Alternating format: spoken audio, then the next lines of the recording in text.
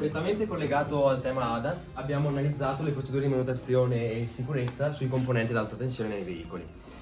Con l'obiettivo di ridurre l'inquinamento e le emissioni di CO2 si è avuto un cambio di rotta nella tecnica automobilistica che ha portato alla produzione e costruzione di sempre più mezzi ibridi ed elettrici.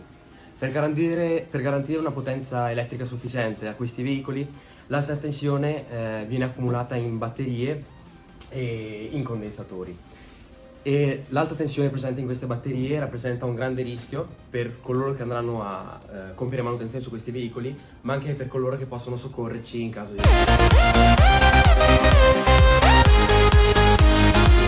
quando si lavora in presenza di alta tensione, e queste sono disinserire la corrente, prendere le misure necessarie per impedire il reinserimento, verificare l'assenza di tensione, mettere a terra e proteggersi dagli elementi vicini sotto tensione. I problemi al nostro corpo in base al tipo di corrente, all'intensità, alla durata di esposizione ad essa, al percorso che attraversa la corrente all'interno del nostro corpo e alla frequenza. I dispositivi di protezione individuale possono abbattere i rischi, addirittura eliminarli. Però in questi casi la tecnica automobilistica ci aiuta, perché certi veicoli sono dotati di staccamento automatico della batteria che ci proteggono in questo caso del tutto dal passaggio della corrente all'interno del nostro corpo. I dispositivi di protezione consigliati in questi casi sono i guanti isolanti, la visiera di protezione, l'abbigliamento e le calzature di sicurezza. Una qualifica ai lavoratori che viene ceduta attraverso corsi ed esami. Le norme dell'Unione Europea sulla guida autonoma prevedono che dal 14 luglio 2022 è entrata in vigore una legge chiamata 34 bis della Convenzione di Vienna. Questo articolo, il 34 bis, parla dei sistemi a guida autonoma e permette a tutti i sistemi di guida autonoma di uscire dalla fase di sperimentazione e di poter circolare per strada.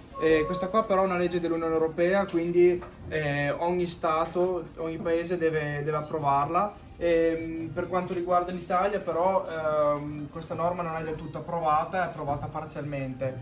Cioè in Italia possono circolare i veicoli a guida autonoma, però fino a possono circolare.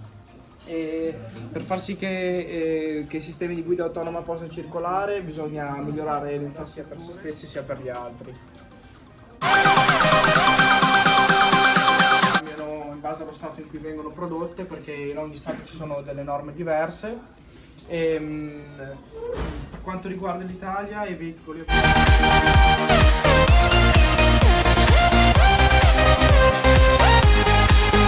possono guidare fino ad un livello di guida autonoma pari a 2. I veicoli hanno un sistema in cui, per esempio, per quanto riguarda self-driving, possono guidare in modo parzialmente autonomo, però per esempio il guidatore può lasciare le mani dal volante per pochi secondi e successivamente a questi pochi secondi la macchina inizierà a dare degli avvisi, e se il guidatore non ascolterà questi avvisi qua e quindi continuerà a non mettere le mani sul volante, la macchina inizierà a rallentare sempre di più fino a